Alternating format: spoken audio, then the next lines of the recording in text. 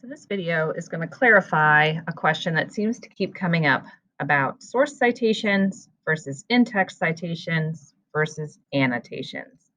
So let's start. So annotations or annotating is something you do while you read.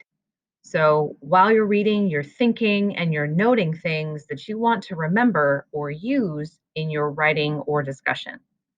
Those notes that you are writing from your reading are called annotations.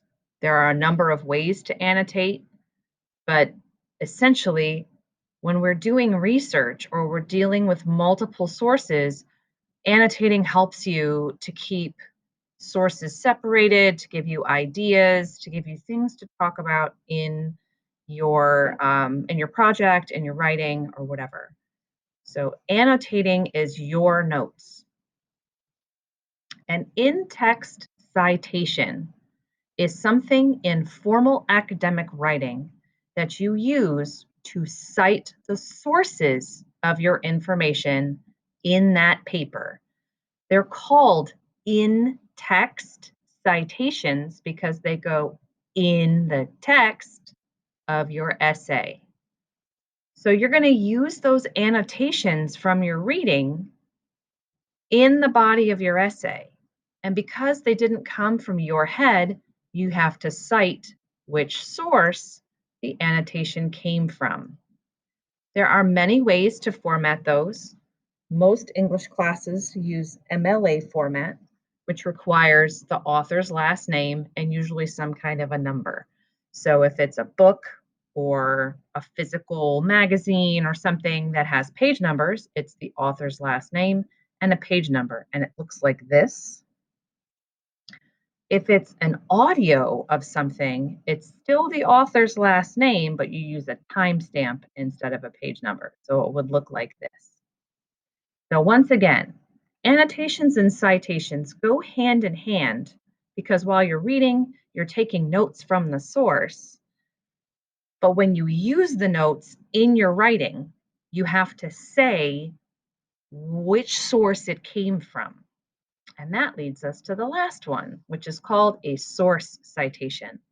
So that document, article, book that you're reading is your source.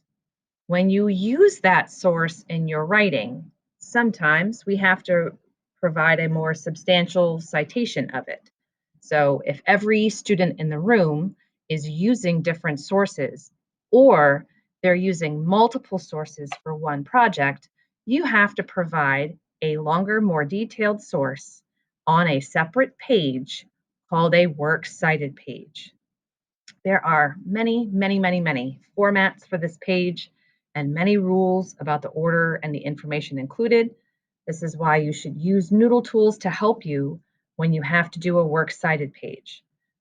You don't always have to do a works cited page, but anytime you use sources in your writing, you always have to do an in-text citation.